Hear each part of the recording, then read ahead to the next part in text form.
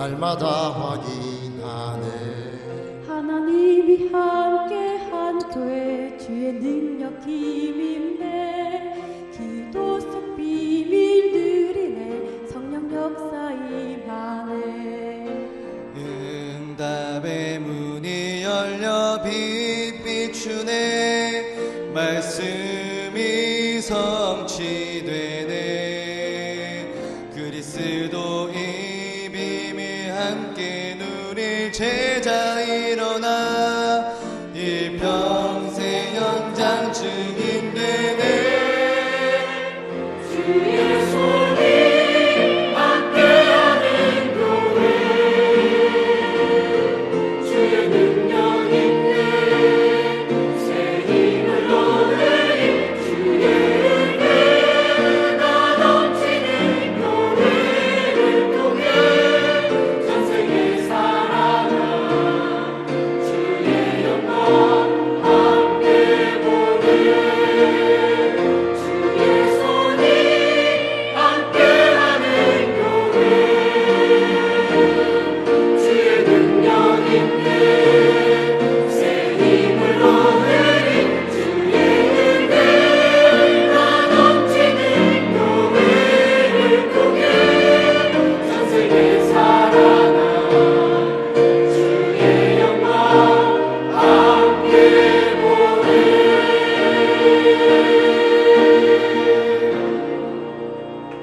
아멘. 감사합니다. 하나님께 영광의 박수를 드립니다. 주의 손이 함께하는 교회, 안디옥 교회가 있었던 응답이죠. 올 한 해 여러분들과 함께 2018년 달려왔는데요. 주일 예배로서는 마지막 우리 예배입니다. 우리 오늘 옆에 있는 분들하고 인사하고 함께 말씀 받도록 하겠습니다. 예수는 그리스도십니다. 그리스도가 우리의 모든 문제를 해결하실 것입니다. 우리 한 번 더 인사하겠습니다. 한 해 동안 감사했습니다. 한 번 더 인사하겠습니다. 내년에도 같이 달려갑시다. 아멘. 네. 오늘도 우리는 며칠 동안 되게 추웠었는데요. 오늘도 우리는 예배를 드려야 할 이유가 있습니다. 왜냐하면 우리 인간은 하나님의 은혜가 아니면 안 되기 때문에 그렇습니다. 그저께 전화를 한 통화 받았습니다. 저에게서 신앙생활하고 또 대학을 나오고 또 좋은 남편을 만나서 저쪽 수도권으로 시집을 간 저희 교회 출신의 이제 집사님이 급하게 아버지 부친상을 당해서 지금 대구에 내려와 있다라는 얘기를 들었습니다. 그래서 얼마나 급한 일이었냐라고 물었더니 그냥 친구분들이랑 이제 연말이니까 그냥 같이 약주하시고 뭐 그러고 방에 들어가서 주무신다고 들어가셨는데 그 길로 그냥 이렇게 소천하셔 버렸답니다. 그래서 그 얘기를 들으니까 여러분 제가 참 감사한 게 하나님이요, 제게 있는 사건들을 통해서 사람을 이해할 수 있는 마음들을 주시는 것 같아요. 그래서 좀 찾아가서 이렇게 만나보게 되었습니다. 같이 저랑 뭐 오빠 동생 하면서 컸던 또 동생이기 때문에요. 저는 너무 기분 좋게 가서 만났는데 일단 저를 보고는 말을 어떻게 해야 될지를 몰라서 어려워하더라고요. 오랜만에 만나니까요. 그러면서 잠깐 대화를 했습니다. 괜찮냐? 어떠냐? 라고 얘기했더니 불신자 배경 속에 있던 상황 속에 먹고 산다고 올라가서 간간히 내려오긴 했지만 복음 한번 전한 것 같아지 사실은 제대로 한 것도 없는데 그렇게 어떤 면에서는 너무 순식간에 아버지가 돌아가시는 바람에 미안하고 죄송하고 또 정확히 복음이 전달되었는지도 모르겠고 그러면서 아쉬운 마음에 되게 힘들어하는 모습을 보게 되었습니다. 제가 우리 집사님 손을 잡고 얘기했습니다. 집사님 잘 생각하셔라. 만약에 옆에서 수도권 올라가지 않고 옆에서 매일 같이 밥을 먹고 식사를 하고 챙겨드리고 그리고 어떤 면에서는 마지막 하시는 모습까지 봤다면 후회 안 되겠냐? 인간은 이래도 후회되고 저래도 후회되는 거다. 그런데 사람은 문제가 생기면 아쉬움과 또 그리고 죄송한 마음에 인간적인 마음으로 자꾸 이 생각 저 생각으로 더 힘들게 될 거다. 사실은 지금은 그 지나가는 시간에 대한 후회를 해봤자 아무 소용이 없는 거고, 사단은 오히려 그 속에 자꾸 와서 못한 것, 잘못한 것, 안 한 것, 어떤 면에서는 죄송했던 것들 생각나게 하면서 너를 힘들게 할 거다. 네가 이 정도면 불신자인 지금 가족들은 거의 정신 못 차릴 거다. 그랬더니 아니나 다를까 오빠가 너무 힘들어한대요. 그래서 지금 뭐냐, 인간적인 생각에 매이지 말고 복음 붙잡아라. 그래서 그리스도가 오신 거 아니냐. 그래서 옆에 힘들어하는 가족에게 가서 말해라. 수고했다고 얘기하고, 그리고 하나님이 역사하시고 인도하실 거라고 말해라. 그래서 지금 네가 힘을 내고 네가 하나님 앞에서 지금 중요한 하나님의 응답을 받아야 되는데 사람이 문제를 생기니까 복음으로 가지 않고 또 자기를 정죄하고 또 자기를 자꾸 어렵게 하면서 무너지더라. 속지 마라 라고 제가 얘기를 했습니다. 여러분 아마 벌써 이런 일들을 겪어보신 분들은 이 말이 무슨 말인지 알 겁니다. 사람은요 아무리 최선을 다해도요 후회스럽습니다. 그뿐만 아니라 우리 인간은 죄송하지만 그렇게 최선도 다하지 못해요. 그러면 모든 순간이 우리에게는요 딱 아쉬움으로 남게 되는 겁니다. 그러니까요 그 아쉬운 마음에 마지막이라도 잘 보내드려야지라는 마음 때문에요 사람들이 보여지는 것, 그 아쉬운 마음에 장사에 대한 부분까지 같이 묶여버려서 마지막 장례를 그냥 그렇게 해버리게 되는 일들을 보게 되는 것입니다. 오늘 제가 시작하면서요 인간의 본질은 하나님 은혜 아니면 안 됩니다.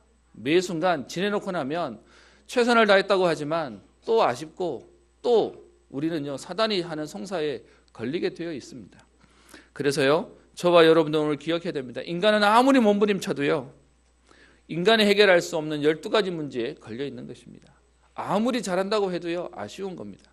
잘못했던 것, 또 아니면요 서운하게 했던 것, 또 아니면 후회했던 것들이 나오게 될 겁니다. 어제도 영상 하나 이렇게 보는데 10대부터 74세 먹은 우리 어르신까지 대표 한 분씩 나와서 인생에 제일 후회되는 것 얘기했더니 10대 때 후회되는 거, 뭐 20대 때 후회되는 거, 30대 후회되는 거 해서 한 74명이 이렇게 쭉 지나가는 내용이었어요. 근데 아이 때 후회하는 건 되게 재밌더라고요. 엄마한테 대든 거요. 엄마 말 듣고 말 안 듣고 그냥 이렇게 버틴 거요. 뭐 친구한테 저기 싸워놓고 화해 안 한 거요부터 시작해서 얘기들이 쭉 되는데 여러분 결론부터 얘기하면 모든 인생은 후회 연속입니다. 그리고요 더 안타까운 건 후회해도 그 문제 또 반복되어지는 겁니다. 그래서요 우리 인간이 해결할 수 없는 줄 아시고 하나님 우리에게 해결책을 주시는 겁니다. 그것이 우리가 지금 오늘 와서 예배드리는 이유가 되는 겁니다. 여러분 계속 우리에게 복음이 필요한 이유를 찾아야 됩니다. 교회 와야 된다, 예수 믿어야 된다? 아니요. 왜 많은 사람들이 응답을 못 받냐? 왜 예수 믿어야 하는지 모르고 왜 예수님이 오셔야 되는지를 모르고 교회를 다니고요 믿기 때문에 응답이 없는 것입니다. 인간은요 그리스도가 아니면 안 되는 사실을 모르니까 내가 해결해 보려고 착하게 살면 되겠지, 아니면 내가 뭔가 좋은 마음을 가지고 살면 되겠지, 그래서 철학과 선행을 해보는데 그거 가지고 해결 안 되는 겁니다. 내가 힘이 있을 때는 해보지만 안 되는 겁니다. 여러분 제가 오늘 종교라고 썼는데요 아니 기독교도 종교 아닙니까? 여러분 내가 해보려고 하는 건 종교입니다. 그런데 오늘 저와 여러분들이 이 자리에 와서 지금 예배드리면서요 무엇을 구하는 거냐? 우리 힘으로 안 되기에 하나님의 은혜가 필요합니다. 그래서 우리는 종교가 아닌 복음입니다. 하나님이 우리에게 은혜를 주셔야만 되는 것입니다. 그래서요 우리의 몸부림이 필요한 것이 아니라 오늘도 우리는 하나님 은혜가 필요합니다. 그래서요 이 문제를 해결하기 위해서 하나님이 이 땅에 그리스도를 보내신 것입니다. 지난 우리 성탄절 예배를 통하여 또 말씀을 확인했는데요 우리 힘으로 안 되는 줄 아시고 창세기 3장 15절에 여인의 후손을 보내시겠다. 창세기 3장 21절에 지금 에덴 동산에서 쫓겨나는 아담과 하와에게 가죽옷을 지어 입히시는 것입니다. 피 묻은 그 가죽옷을 통하여 그리스도의 피 흘리심으로 말미암아 우리를 살리고 구원하시겠다라고 약속하신 것입니다. 출애굽기 3장 18절에 희생제사를 통하여 애굽의 종되었던 곳에서 해방한 것처럼 우리를 운명과 저주와 재앙 가운데서 해방하시겠다. 이사야 7장 14절에 이 일을 위해서 여인의 후손으로 여인이 잉태하여 처녀가 잉태하여 아들을 낳으리니 그래서 임마누엘로 오신 그리스도로 말미암아 우리에게 참된 해방의 축복을 허락하신 것입니다. 그래서요 매 순간 우리는 매일 오직 그리스도의 응답을 누리는 것입니다. 성탄절은 지난 25일날 지나갔지만 우리는 오늘도 매 순간마다 매 사건마다 그리스도가 필요한 겁니다. 여러분 어떤 면에서는 되게 철면피 같아 보이고요. 책임 회피와 같아 보이기도 합니다. 근데 여러분 우리는 그리스도께서 십자가에서 끝내셨기에 우리는 그 은혜를 붙잡는 것입니다. 그래서 여러분 문제가 생기면 사단은 불신자는요 말할 것도 없고요. 하나님의 사람들도 계속 여러분 건드릴 겁니다. 여러분 우리가 만약에 고민하고 걱정해서 그 문제가 해결되면 저는 매일 하라고 하고 싶습니다. 제가 별로 영상 이런 거에 되게 자신 없어 하는 사람인데 결혼식 가면 왜 한마디 해주세요 뭐 이렇게 신랑 신부에게 해주세요 막 찍는 사람들이 있잖아요. 제가 그 모습을 볼 때마다 느끼는 게 하나 있습니다. 뭐냐, 만약에 우리가 축복해줘서요 축복해준 것만큼 잘 산다면 저는 몇 날 며칠이고 불러다 놓고 계속 해주겠습니다. 근데 결론부터 얘기하면요 그런다고 잘 사는 거 아니잖아요. 그래서요 우리에게 오늘 분명하게 붙잡아야 될 게 있습니다. 우리의 노력과 우리의 열심이 아니라 하나님의 은혜가 필요합니다. 그 비밀을 아는 사람이 예배에 그리고 교회에 하나님 앞에 지금 앉아 있는 것입니다. 여러분 오늘도 주시는 그 하나님의 은혜가 저와 여러분들의 넘쳐나게 되기를 주의 이름으로 축원합니다. 그런 중에요 우리 순서대로 보고 있는데 우리 2018년 마지막 우리 주일 예배인데 하나님이 오늘 29장을 통하여 우리에게 약속하시는 말씀이 있습니다. 그것이 뭐냐, 우리에게요 하나님이 언약을 주시는 것입니다. 여러분 그냥 말로 하다 보니까 에이 말뿐인데 라고 생각하는데요 세상의 말과 하나님의 말은 다릅니다. 하나님의 말씀은요 분명히 성취되어지기에 언약이다 라고 얘기합니다. 오늘 29장 1절에 얘기하죠. 호렙에서 이스라엘 자손과 세우신 언약 외에 여호와께서 모세에게 명령하여 모압 땅에서 그들과 세우신 언약의 말씀은 이러하니라. 하나님이 이스라엘 백성과 언약을 맺으시는데요 총 2번에 걸쳐서 맺으셨습니다. 첫 번째는 이스라엘 백성을 노예 가운데서 출애굽하여 호렙산, 모세가 언약을 받았던 그 호렙산에 데리고 오셔서 그 내용이 출애굽기 19장 20장에 나오죠. 1세대 애굽의 노예로 있었던 1세대를 출애굽해서 호렙산에서 하나님이 언약을 맺으셔요. 그렇게 해서 그 말씀 가운데 하나님 어떻게 얘기하시죠? 너희를 제사장 나라가 되게 할 것이고 너희를 거룩한 백성이 되게 할 것이다. 나는 너희의 하나님 될 것이다 라는 약속을 지난 출애굽기 19장에서 약속을 하셨는데 그리고 난 뒤에 40년이 지나고 난 뒤에 1세대가 죽어버렸어요. 그러고 나니까 지금 하나님이 그 다음 세대를 두고요 이제 우리가 29장을 보는데 신명기가 34장이면 끝이 납니다. 이제 몇 장 안 남았어요. 이제 이 말씀 끝나고 우리 가나안 땅으로 들어가는 말씀을 또 확인할 텐데요 가나안 들어가기 전에 하나님 이스라엘 백성에게 또다시 약속을 말씀하고 계시는 것입니다. 그래서 오늘 모압 땅에서 그들과 세운 언약의 말씀은 이러하니라 라고 얘기해서 오늘 그 뒤에 있는 내용들을 하나님이 말씀하고 계시는 것입니다. 여러분 성경은 하나님의 말씀을 기록해 놨는데요 이 말씀은 1.1획도 없어지지 아니하고 분명히 성취된다라고 얘기하고 있습니다. 그래서 그 하나님이 가나안 들어가기 전에 이스라엘 백성에게 또다시 약속하시는 겁니다. 여러분 사실은 하나님은 이스라엘 백성이 출애굽할 때 하나님은 출애굽시키겠다라고 했어요. 근데 워낙 안 믿으니까 하나님 어떻게 해요? 출애굽시켜놓고 언약을 맺으시는 거죠. 그래놓고서는 지금 오늘 가나안 땅 들어가기 전에 하나님 뭐 하시는 거죠? 들어가기 전에 확인시켜놓고 들어가게 하시는 것입니다. 그러면요 2018년을 마무리하고 우리 이제 다음 주면 2019년을 가야 되는 우리에게 하나님 오늘도 우리에게 무엇을 약속하시냐? 하나님의 언약을 주시는 것입니다. 하나님이 이렇게 하셨고 앞으로 이렇게 하실 것이다 라고 얘기하고 있습니다. 여러분들에게 오늘 중요한 하나님의 언약에 붙잡히는 날 되기를 소원합니다. 그러면서 이 언약을 누구랑 맺으시는지 오늘 설명하고 있습니다. 좀 뒤로 넘어가서요 10절에 보시면 오늘 너희라고 하면서 언약을 맺는 대상자를 설명하고 있습니다. 10절에 표현하기를 너희 곧 너희의 수령과 너희의 지파와 너희의 장로들과 너희의 지도자와 이스라엘 모든 남자와 처음 이스라엘 백성과 맺으셨던 인물 그 당시에는요 딱 요 사람들만 죄송합니다 사람 취급을 했어요.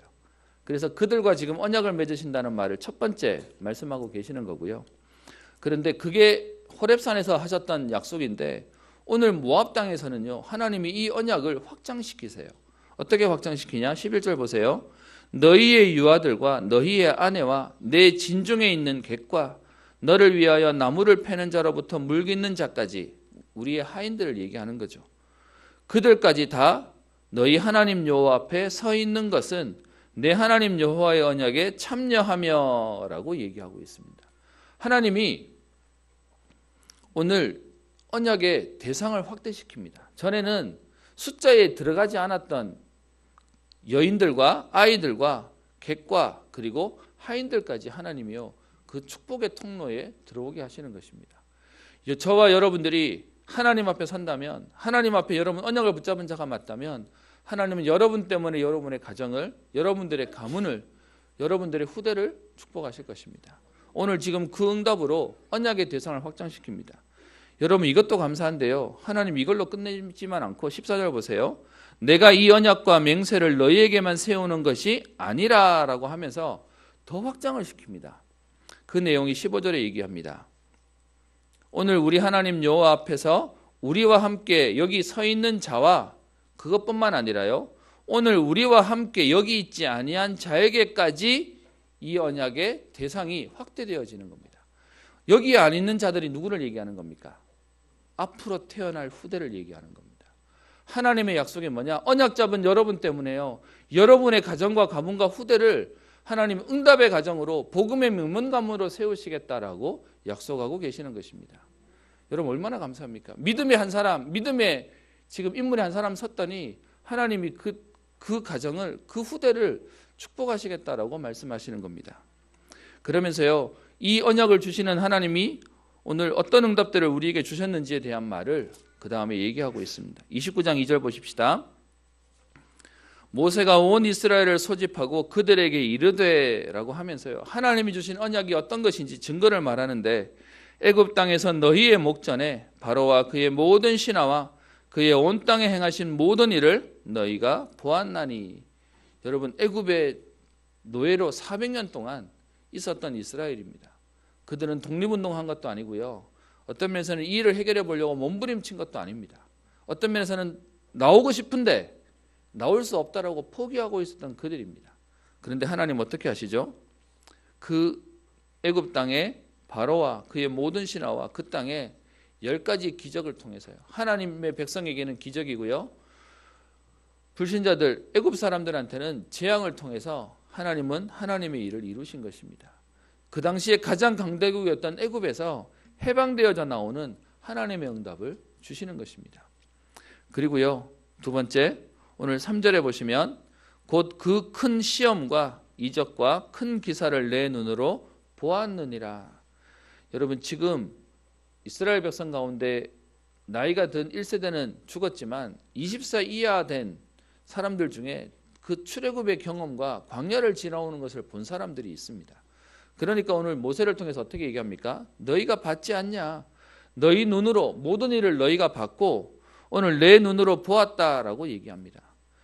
근데 여러분 이적과 기사는 이해되는데 앞에 시험은 무슨 말이겠습니까? 불신자들한테는 시험으로 보여요. 재앙으로 보여요. 그런데 하나님의 사람한테는 어떻게 해요? 이적과 기사로 하나님이 역사하셨다는 것이죠.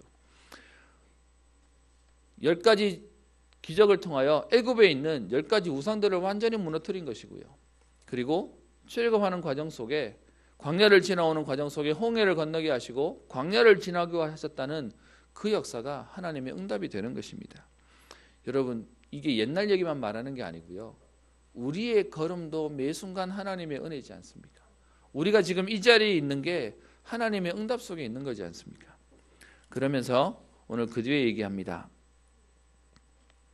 5절에 주께서 40년 동안 너희를 광야에서 인도하셨거니와 라고 얘기합니다. 40년의 광야를 지나오는 동안 하나님이 하신 응답을 얘기합니다.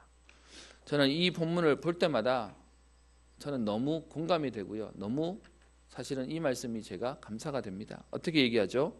너희 몸에 옷이 낡아지지 아니하였고 너희 발의 신이 헤어지지 아니하였으며 라고 얘기합니다.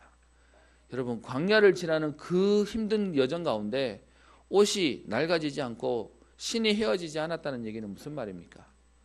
하나님이 보호하셨다는 겁니다. 여러분 이 말은 단순히 문학적인 표현을 쓰고 있는 것이 아니라 이스라엘 백성이 광야를 지나는 40년 동안 옷이 없으면 옷 만들어 입을 무슨 도구가 있었겠습니까?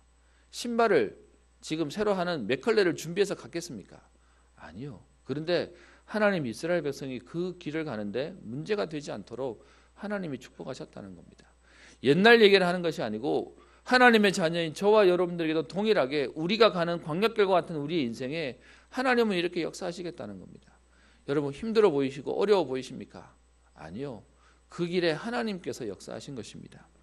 그리고 6절에 얘기합니다. 너희에게 떡도 먹지 못하며 포도주나 독주를 마시지 못하게 하셨음은, 이 말의 의미가 뭐냐 하면 사람들이 생각하기에 이스라엘 사람들의 주식은 떡과 포도주였어요. 그러니까 떡과 포도주를 먹어야 먹는 문제가 해결되니까 이거 있어야 산다라고 하는 사람들의 생각인데, 하나님은 이스라엘 백성에게 떡과 포도주 안 주세요. 그런데요, 그들은 살았어요. 뭘 먹었죠? 만나를 먹었습니다. 그래서 오늘 표현 속에 얘기하는 인간이 이게 있어야 살아, 저게 있어야 살아라고 얘기하는 그거 없이 하나님은요, 하나님의 은혜를 가지고 살 수 있는 은혜를 주셨다라고 얘기합니다. 그래서 오늘 표현 속에 이 말을 다시 얘기하면, 너희에게 떡이나 포도주나 독주를 먹지 않았지만 하나님이 모든 필요를 채우셨기에 광야를 지나오지 않았느냐라고 얘기하는 것입니다. 여러분, 지금도 우리가 왜 갈등합니까? 세상에 말하는 그거 필요하다고 생각해서요. 그래서 그거 없기 때문에 갈등하고 그거 있어야 된다고 생각하고 우리는 염려합니다. 그런데 하나님이 이스라엘 백성에게 떡과 포도주 그거 없이 하나님 은혜로 살게 하셨습니다. 오히려 필요하다면 만나와 메추라기를 통하여 하나님은요, 물이 없다면 반석에서 물이 나게 하시는 응답을 통하여 살게 하셨습니다. 여러분, 그래서 오늘 우리도 고백해야 됩니다. 우리도 분명히 우리도 인정하고 우리도 사실은 결단해야 됩니다. 이 땅에서 불신자들이 세상에 있는 사람들이 말하는 그것 가지고 사는 게 아니고요, 우리는 하나님 은혜로 사는 겁니다.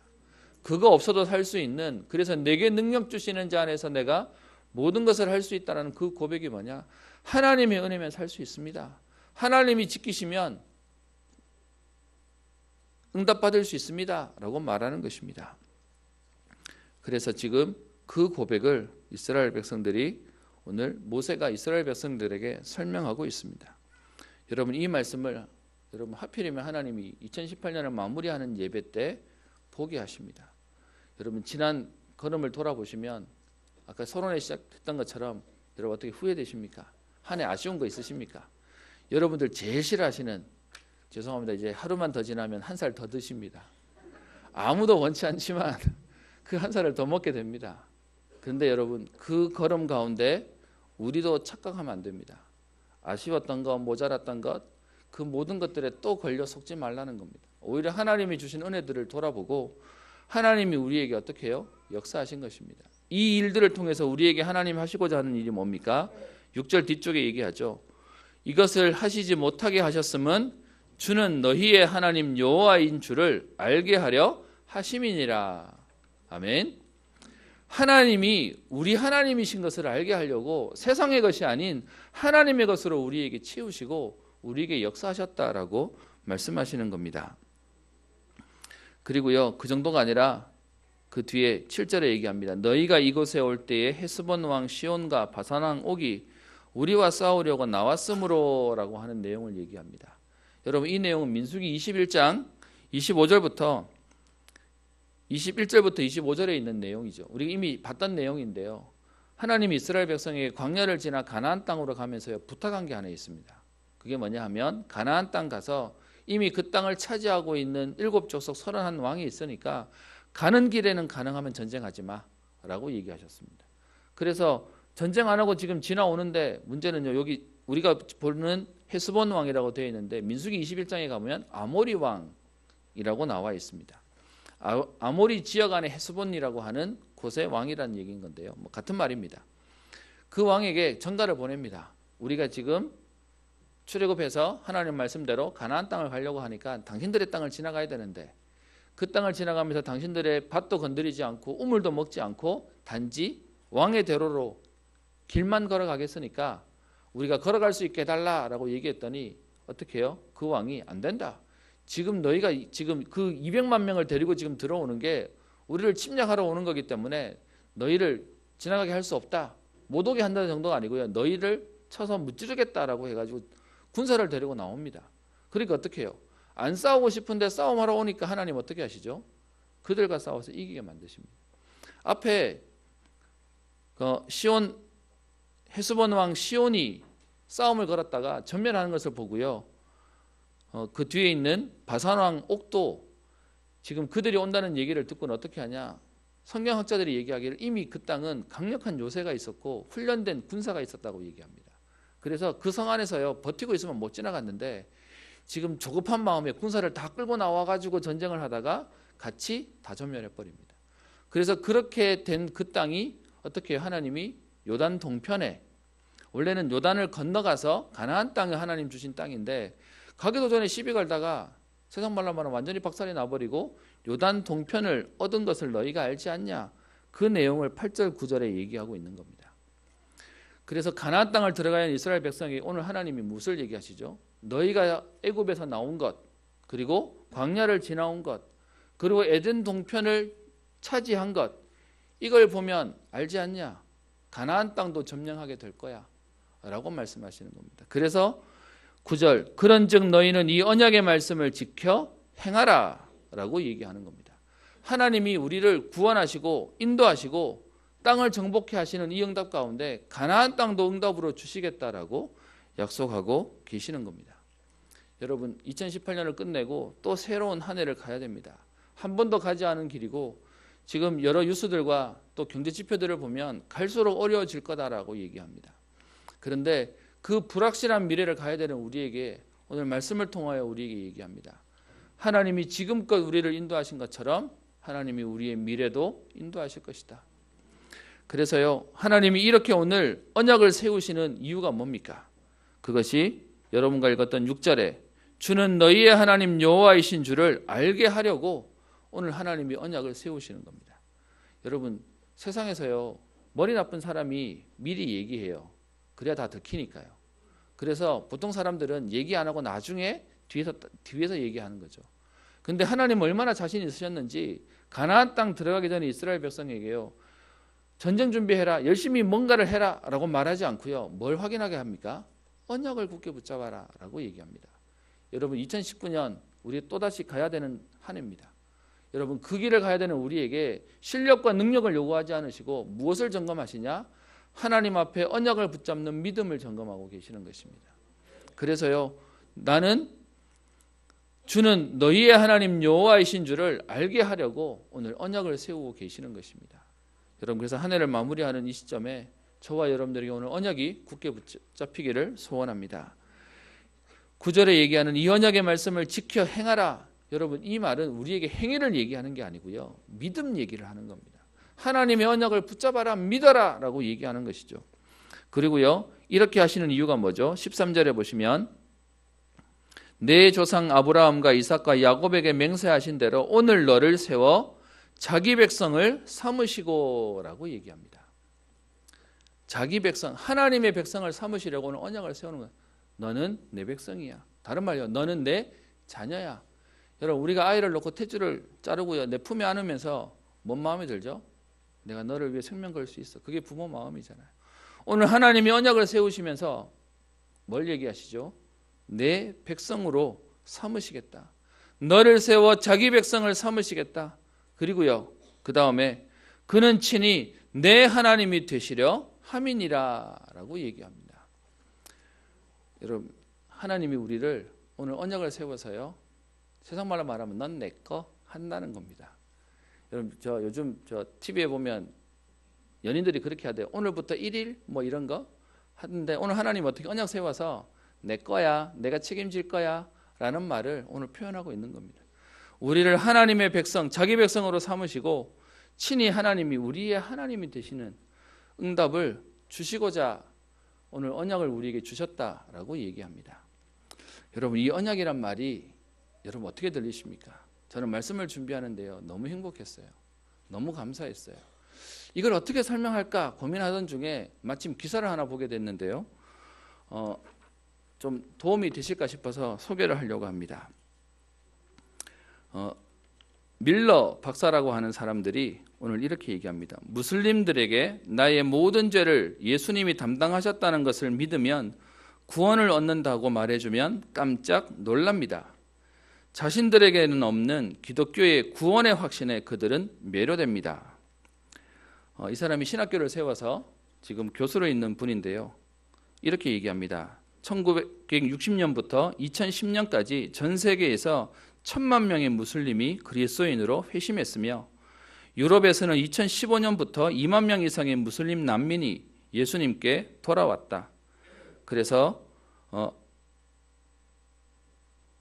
무슬림에서 개종하여 그리스도를 믿는 신자라고 BMB라고 얘기하는데요.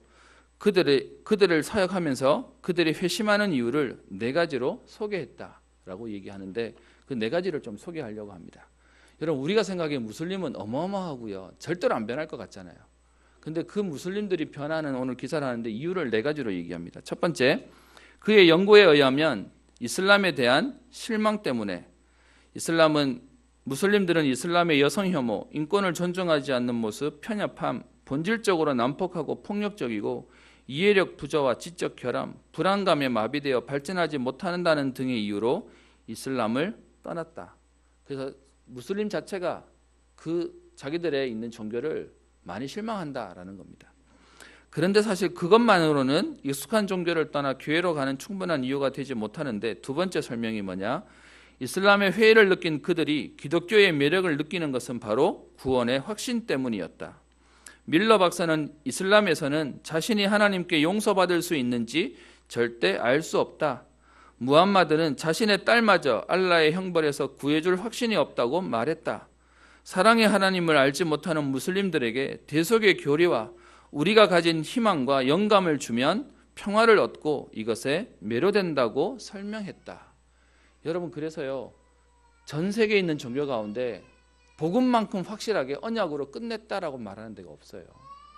그래서 불신자들이 이걸 쳐다보고는요, 너네들은 정신병자야, 왜 아무도 되는 게 없는데 그렇게 말하고 다니니까 하지만 반대로요, 이것만큼 확신을 주는 데가 없다는 겁니다. 세 번째, 잘 알려진 것처럼 꿈과 환상 때문에 주님께 돌아오는 회심자들이 많았다. 무슬림들은 꿈과 환상에서 예수님, 천사, 성경 인물들을 만나거나 매우 다양한 주제들을 접하고 회심했다. 밀러 박사는 성경에서 바울도 환상을 통해 예수님을 보았고 아나나가 필요했다는 점을 들어 이런 방식으로 무슬림이 돌아온다고 해서 선교사를 이슬람권에 파송할 필요가 없다는 뜻은 아니고 교회가 해야 할 일은 해야 한다. 넷째, 하나님의 사랑 때문이다. 그는 이슬람교에서 하나님은 본질을 알 수 없는 존재로 기독교의 삼위일체 교리와 대조된다. 이슬람교에서는 인간은 하나님의 중요하지 않은 성품만 주로 알 수 있는데 이런 성품마저도 수시로 변한다. 조건 없이 주는 하나님의 사랑은 그리스도의 몸이신 교회를 통해 무슬림들이 경험할 수 있다라고 얘기하면서요, 이 글을 쓰는데 저는 이 글을 보면서요, 제 마음속에 생각이 조금 바뀌었습니다. 무슨 말이냐? 무슬림을 두려워할 이유가 없는 게요, 복음이면 모든 사람 바뀌는 겁니다.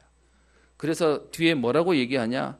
그는 한국의 무슬림들이 난민으로 몰려오는 것에 대해서 교회가 침체하지 않겠냐는 질문에 한국 교회는 1991년부터 쇠퇴하기 시작했고 더 이상 쇠퇴하고 싶지 않다면 무슬림에게 복음을 전하고 전도하기를 바란다.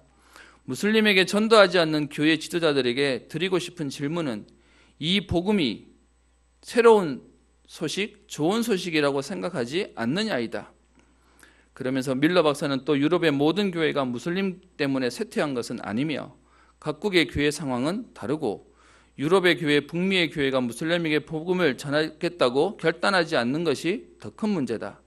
심지어 유럽의 몇몇 교회는 무슬림들의 개종으로 큰 도움을 얻고 있다고 주장했다라고 말하고 있습니다. 여러분, 어떻게 생각하십니까? 복음은 무슬림에게는 안 통하겠습니까? 아니요. 우리의 생각이 딱 막혀 있는 거죠. 근데 그들이 돌아오는, 어떤 면에서는 하루에 5번씩 기도하고요,